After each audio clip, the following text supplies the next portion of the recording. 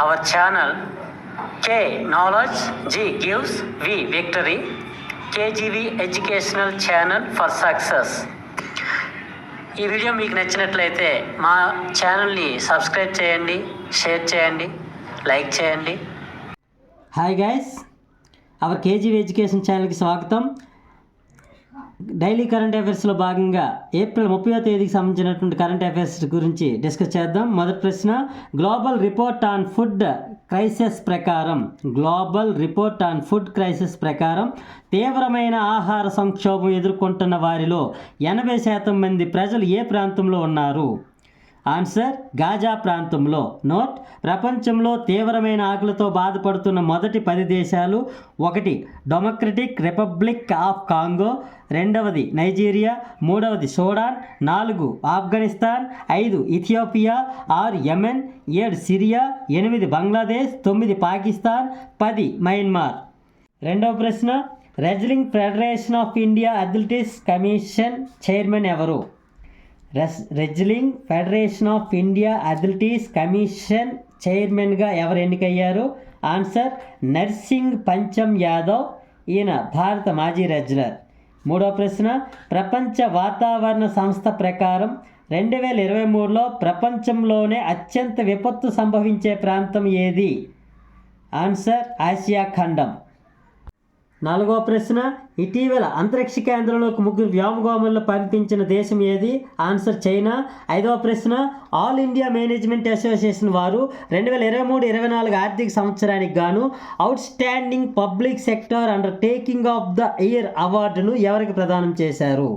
All India management association వారు 2023-24 ఆర్థిక సంవత్సరానికి గాను out standing public sector under taking of the year అవార్డును ఎవరికి ప్రదానం చేశారు?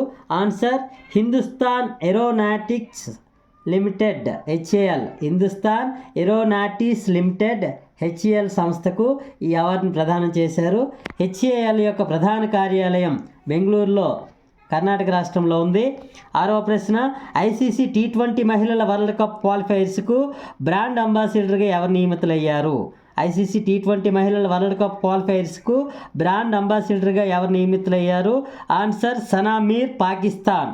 ఏడవ ప్రశ్న, ఇటీవల ఇబో అనే అగ్నిపర్వత విస్ఫోటనం ఏ దేశంలో జరిగింది?